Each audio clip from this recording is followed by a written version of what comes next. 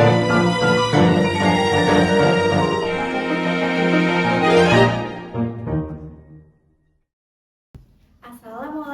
warahmatullahi wabarakatuh. Halo teman-teman semua, selamat datang di segmen Kopi Ngobrol Bakara Isman bersama Rohis SMA WBS Surakarta.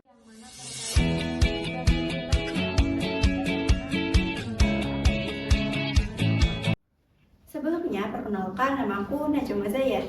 Di podcast episode kali ini, lagi-lagi kita akan membawakan tema yang gak kalah seru dan penting nih. Tema ini akan membahas tentang pentingnya menutup aurat bagi kita seorang muslim dengan tagline Simple Look Strong Dignity. Dan tentunya kita akan dipandu langsung dengan narasumber hebat kita, yakni Ustazah Pandang Margatama SPD MED. Assalamualaikum Ustazah, bagaimana kabarnya? Alhamdulillah baik sekali. Tolong bisa disapa penontonnya. Hai. Oke teman-teman, langsung aja kita mulai ke pertanyaan yang pertama. Nah, teman-teman masih ingatkan tema yang kita akan bahas tadi apa? Tema ini merujuk pada bagian tubuh yang tidak boleh diperlihatkan dalam agama kita atau sering disebut dengan aurat.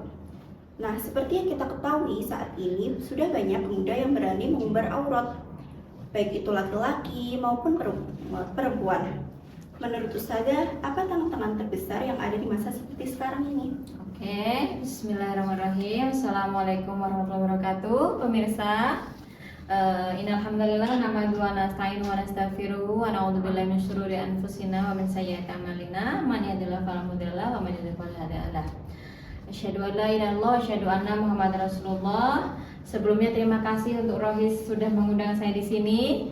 Masya Allah ya, ini pertama kali Ustazah mengisi di podcast di Rohis. Oke, karena ini topiknya tentang aurat ya. Jadi hal-hal yang sangat dibutuhkan pengetahuan yang sangat dibutuhkan oleh remaja masa kini. Kalau berbicara tentang tantangan cukup kompleks ya, banyak sekali. Apalagi sekarang ini pertama mungkin tantangannya adalah pengaruh sosial media. Jadi kalau kita berbicara sosial media itu sangat luas. Apa yang dilihat, didengar, kemudian sekarang itu jadi tren-tren itu influencer, selebgram itu yang mereka lihat adalah kebanyakan yang tidak pakai jilbab atau tidak menutup auratnya. Sedangkan apa yang mereka lihat itu mereka taruh kepalanya kemudian pengen diaplikasikan. Jadi tantangan pertama adalah sosial media. Jadi promosi, gaya hidup, standar kecantikan itu adalah apa yang ditentukan di sosial media. Jadi akhirnya anak-anak remaja sekarang ini kenapa mereka tidak menutup aurat ya salah satunya apa yang mereka public figurkan itu tidak menutup aurat. Yang pertama ya. Terus yang kedua adalah tentang tekanan lingkungan. Bisa jadi karena teman-temannya itu tidak berjilbab ya. Mungkin ada nauzubillah ya menggunakan tank top atau mungkin celana yang ketat atau sebagainya ya. Lingkungan seperti itu kemudian membuat si anak ini khususnya perempuan ya. Kita berbicara tentang perempuan ya. Jadi mereka merasa insecure. Jadi merasa bahwasanya pakai jilbab itu tidak tren. Kuno, terasa kuno. Karena apa? Karena lingkungan dia itu adalah lingkungan yang mana mereka tuh melihat jilbab itu kayak tidak familiar, jadi terasa asing gitu. Terus yang ketiga adalah kurangnya pemahaman agama. Terkadang juga jika kita berbicara tentang jilbab ya, itu kan melekat dengan agama Islam, ya enggak? Karena memang kita tahu agama lain tidak menggunakan jilbab ya, jadi agama Islam. Sedangkan ketika kita memahami sesuatu nih ajaran ya kan di dalam Islam sudah ada pembahasan kenapa harus pakai jilbab, kenapa harus menutup aurat. Tetapi kalau dia hanya melihat orang pakai jilbab tanpa dia paham kenapa, kemudian akhirnya dia itu tidak mau menggunakan jilbab karena dia tidak paham agamanya, tidak paham dasar hukumnya itu kenapa harus pakai jilbab. Dia hanya tahu bahwasanya jilbab penutup kepala orang muslim dan dia tidak tahu bahwasanya apa sih anjuran atau mungkin syariat Islam tuh mengenai jilbab tuh seperti apa. Jadi mungkin itu ya kurangnya pemahaman agama yang ketiga. Terus habis itu selanjutnya adalah normalisasi pakaian terbuka dalam budaya pop. Nggak asing lagi, mulai tahun 2000-an ya, mungkin udah tahun lama sekali kayak ya industri Hollywood itu ya memenuhi sosial media, TV, apalagi yang sekarang tahun 2000-an mungkin mulai masuk K-pop dengan begitu indahnya per K-popan, kemudian rambut mereka terurai, cantik dengan make up, lalu dengan rambut kayak gini nih tren, diikuti, kemudian dia yang namanya fandom tau kan? Ya saya tuh pernah dengar murid juga, Miss saya fansnya ini gitu. Jadi mereka tuh fansnya bukan lagi yang kayak istri Rasul atau mungkin para ulama-ulama Islam mungkin dalam lingkup Indonesia atau bagaimana cara mereka berpakaian, tapi apa yang mereka lihat adalah di media, kemudian sekarang apalagi dengan gencar-gencarnya K-pop itu ya mereka figurkan itu. Apa yang mereka lihat, mereka taruh kepala, oh cantik itu standarnya adalah menggunakan make up, rambut terurai, seperti contoh A gitu. Jadinya mereka itu pengen terlihat seperti A yang dia fanskan kayak gitu. Jadi budaya seperti itu akhirnya apa? Melekat di mereka bahwasanya cantik itu kurangnya seperti itu. Bukan cantik itu menurut Islam seperti ini, karena memang pemahaman itu kurang juga ya. Terus juga kurangnya teladan. Kita tidak bisa tidak bisa lari juga, bagaimanapun juga ya nak ya.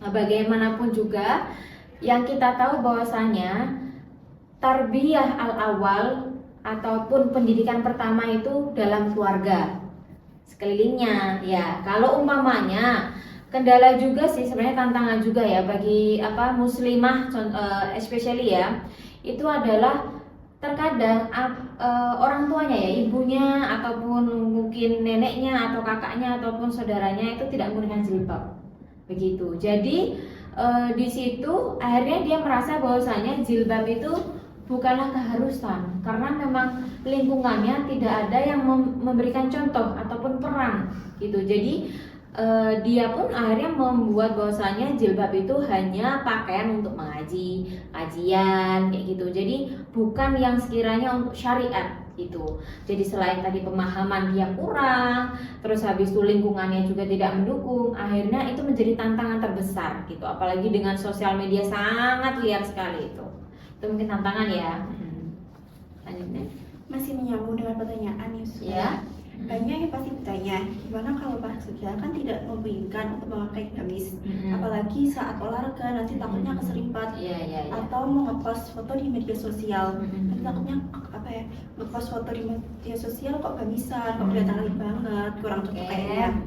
Bagaimana cara menjaga aurat saat melakukan aktivitas seperti olahraga, kerja, yang dia itu tetap membuat kita nyaman, tidak mengganggu dan pastinya menjaga aurat.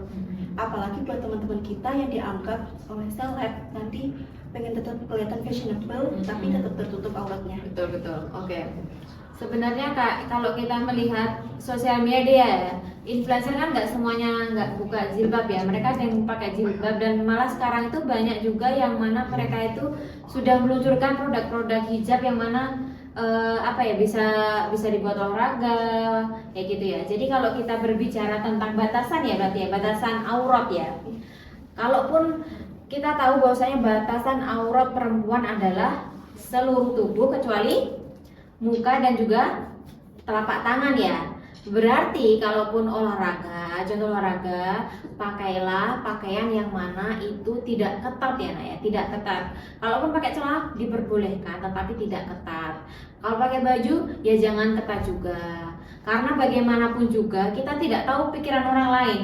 Kadang kita olahraga, maaf ya, apalagi perempuan gitu, membentuk badan, itu sudah pikiran orang lain berbeda-beda. Makanya itu jangan terlalu ketat. Pakai celana boleh, tetapi jangan ketat kayak gitu. Pakai baju juga begitu. Pakai jilbab pun juga jangan terlalu ketat. Yang ada kan yang sampai maaf ya melilit-lilit kayak gitu. Sebenarnya kan nggak enak ya. Enakan tuh ya udah terurai aja gitu, maksudnya itu kan lebih nyaman. Itu kalau batasan aurat menurut Islam ya. Jadi menurut syariat Islam adalah yang mana kalau perempuan sendiri itu adalah tidak ketat ya, tidak ketat dan tidak membentuk lekukan tubuh. Kemudian kalau kita berbicara laki-laki ketika olahraga, kalau laki-laki itu batasan aurat apa?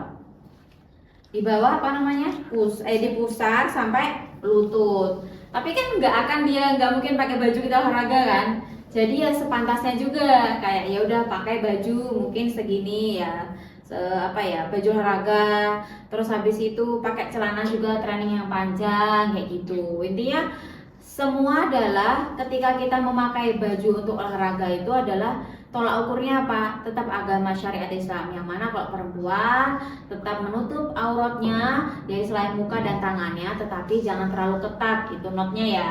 Kalau laki-laki pun juga, laki-laki juga harus menutup, yang mana yang harus ditutup, kalau bisa dilebihkan ya. Kita tahu diri bagaimana lingkungan kita ya, kita tidak berbicara syariat juga ya. Lingkungan itu kan budaya juga kan, kalau di Indonesia nggak ada kan kayak bule-bule yang mana mungkin ya maaf ya kalau di olahraga mungkin pakainya pendek kayak gitu kan, enggak. Kalau di sini kan selalu rapi ya nak ya, jadi panjang terus celana panjang kayak gitu, tak bajunya nggak usah panjang, nggak apa-apa segini gitu, jadi yang sesuai norma kayak gitu. Lalu itu kan untuk olahraga ya. Ada lagi? Ada Us. Namun terkadang itu bisa dibilang beberapa orang udah masuk terlalu dalam sehingga susah diajak kembali ke jalan yang benar. Jika begitu, cara yang bijak menasihati orang lain tentang aurat tanpa kesannya menghakimi itu bagaimana ya Us? Karena terkadang manusia kan memiliki emosi, ada yang refleksnya marah, ada juga yang menerima. Oke, kalau tadi ya batasan aurat dulu ya. Tadi kan olahraga ya, mungkin saya tambahin dikit ya, nanti baru ke sini ya. Batasan aurat tadi olahraga nih udah, terus habis itu saat bekerja juga. Saat bekerja juga sama, saat bekerja mungkin yang sering ini, jadi Ustazah kasih note kan ya, highlight kan tuh mungkin ketika olahraga tadi jangan ketat. Saat bekerja pun juga sama, saat bekerja pun juga perempuan seharusnya memakai jilbab, kemudian tidak terlalu ketat, pakaian tidak terlalu ketat.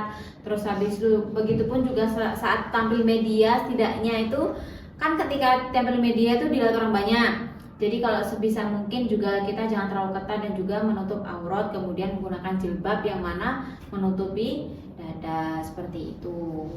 Kemudian kalau berbicara tentang bagaimana menasehati dengan cara bijak ya, cara bijak menasehati. Oke. Sebenarnya kan kalau menutup aurat itu ketika kita menasehati itu kan sebenarnya susah gampang ya, susah gampang, apalagi dengan background keluarga yang bermacam-macam, background lingkungan yang bermacam-macam, dengan karakter anak bermacam-macam. Adapun keluarga yang sudah muslimah, ada yang jilbab besar atau mungkin dia memang sudah agamis gitu, tapi ada yang memang susah dinasihati kan ada juga. Cuma cara yang paling jitu bagaimana kita bisa menegur ataupun bisa menasihati dengan baik itu adalah, pertama adalah niatkan karena kita sayang. Jadi jangan sampai ya udah niatnya tuh karena kita sayang ke dia, jadi omongannya juga yang lembut. Kemudian pastikan niatnya itu adalah bukan kita merasa lebih baik, tapi kita ingin dia lebih baik, tapi tetap dengan kata-kata yang sopan gitu. Jadi pastikan bahwasanya kita itu ingin menasihati itu karena kita sayang dia, karena kita pengen dia juga di jalan Allah, maksudnya sesuai syariat ya, bagaimana cara memakai jilbab gitu. Terus kemudian yang kedua adalah bangun hubungan yang baik. Bagaimanapun juga nasihat terbaik itu adalah teman, kalau enggak ya orang terdekat, ya kan? Kayak mungkin misalnya Sister Najma ya. Kan kalau umpamanya ada orang lain nih naik motor terus habis itu menegur, kamu pakaiannya yang ini dong, yang pakai jubah atau kan sakit hati, ya enggak? Jadi kan kita harus dekat dulu. Ya at least you become friend, you become good listener ya, sebagai pendengar terbaik gitu. Terus habis itu ketika kita sudah dekat, apapun yang sebenarnya kita omongkan ke dia itu akan cepat dia pahami. Tapi tetap note-nya adalah dengan kata-kata yang lembut dan juga sopan. Jadi jangan kita menggurui gitu. Lalu seseorang lebih mudah menerima nasihat dari orang terdekatnya, ajak ngobrol santai, bukan langsung menegur. Ayo kamu pakai jilbab, nanti dosa. Jangan seperti itu ya. Jadi lembut gitu ya, kayak teman-teman, aku loh pakai jilbab tuh alhamdulillah perlahan gini-gini. Sekarang aku merasa alhamdulillah ibadahku lebih giat lagi gitu. Jadi lebih apa ya, memberikan contoh, insya Allah dianya pun juga berubahnya ataupun memakai jilbab pun atau menutup auratnya pun juga lebih mudah. Kemudian gunakan bahasa yang lembut dan positif, hindari kata-kata kamu salah, kamu dosa, kamu nggak pakai jilbab itu kamu paling nanti masuk neraka, nggak boleh ya. Jadi just be soft spoken gitu. Terus kemudian terus kalimat lembut, contohnya aku dulu juga tidak pakai jilbab, tapi aku perlahan mempelajarinya, aku pahami secara agama seperti apa, aku mulai pelan-pelan, kemudian aku sekarang sudah istiqomah, kayak gitu. Jadi karena aku memberikan contoh, akhirnya kan dia ikut mencontoh, karena yang temannya juga mencontoh gitu, yang dicontoh pun juga baik gitu melalui proses gitu. Terus kemudian sisipi dengan ilmu dan kisah inspiratif. Jadi berikan penjelasan ringan juga. Maksudnya kenapa kok kita tuh harus pakai jilbab, dalam Islam tuh syariatnya seperti apa, kayak gitu-gitu. Kasih sisipi ilmu-ilmu. Kalau nggak kisah-kisah inspiratif orang-orang yang mana mereka hijrah, kayak gitu. Kemudian berikan waktu ruang kepada mereka untuk berpikir gitu. Jangan yang habis ini kita kasih tahu kita pakai jilbab gini-gini, aku tuh udah ini gitu. Terus beri waktu dia berpikir.